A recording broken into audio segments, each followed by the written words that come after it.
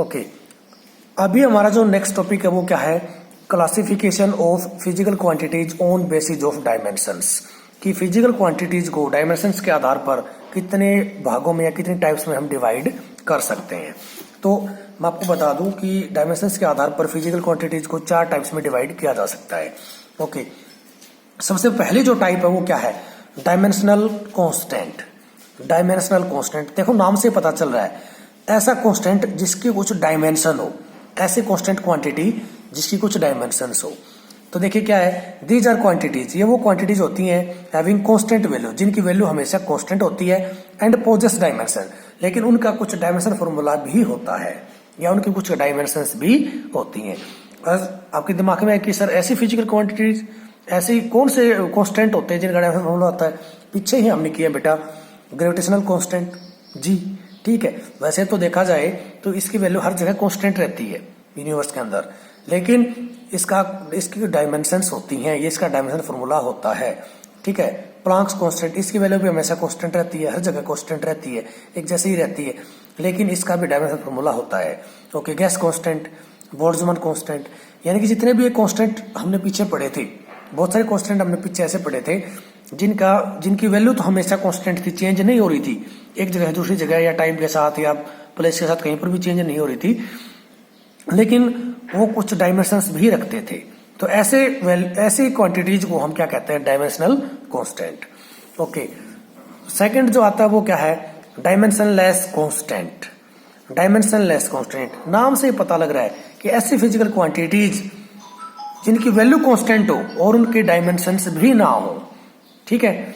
ऐसी physical quantities जिनकी value हमेशा कांस्टेंट रहती हो लेकिन उनके डायमेंशंस भी ना होती हो, ऐसी फिजिकल क्वांटिटीज को हम क्या कहते हैं, डायमेंशनलेस कांस्टेंट।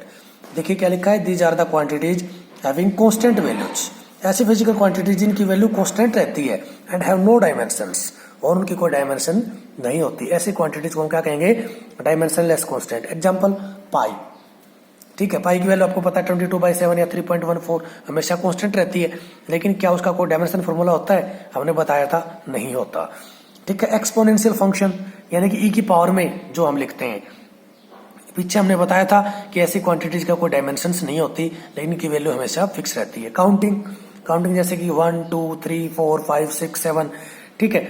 अब ये है तो 1 का मतलब 1 है, ऐसा थोड़ी है कि भाई इंडिया में 1 कुछ और है, अमेरिका में कुछ और है, नहीं, वो तो सेम है हर जगह, लेकिन उसके डायमेंशंस भी नहीं होती, ठीक है। Trigonometry function, sine theta, cos theta, cosecant, secant, tangent, cot, जितने भी ट्रिग्नोमेट्रिक फंक्शंस होते हैं, साइन 60 की वैल्यू फिक्स होती है, कोस 60 की वैल्यू फिक्स होती है, कहीं पर भी चले जाओ, ठीक है, कांस्टेंट होती है, चेंज नहीं होती, लेकिन उसके कोई डायमेंशन भी नहीं होती, ठीक है।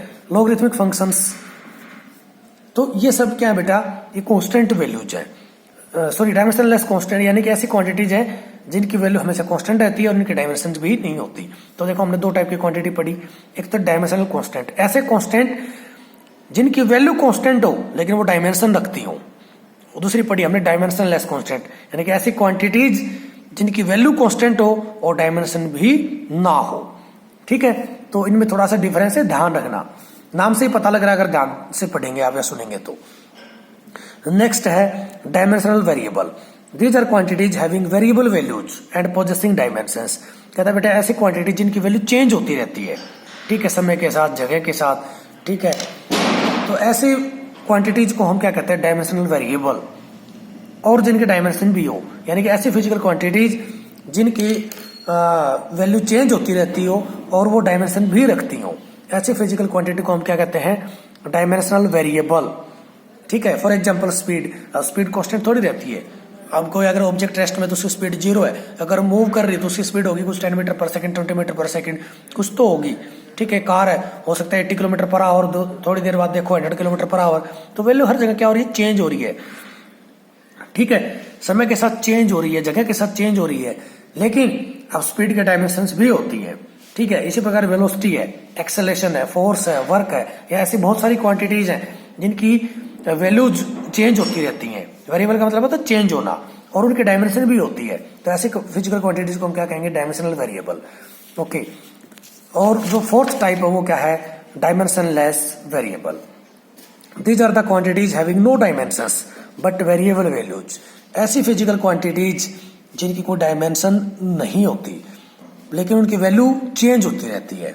ठीक है, ऐसी फिजिकल क्वांटिटी जिनकी वैल्यू तो चेंज हो लेकिन उनकी कोई डायमेंशन ना हो, ऐसी फिजिकल क्वांटिटीज को हम क्या कहते हैं?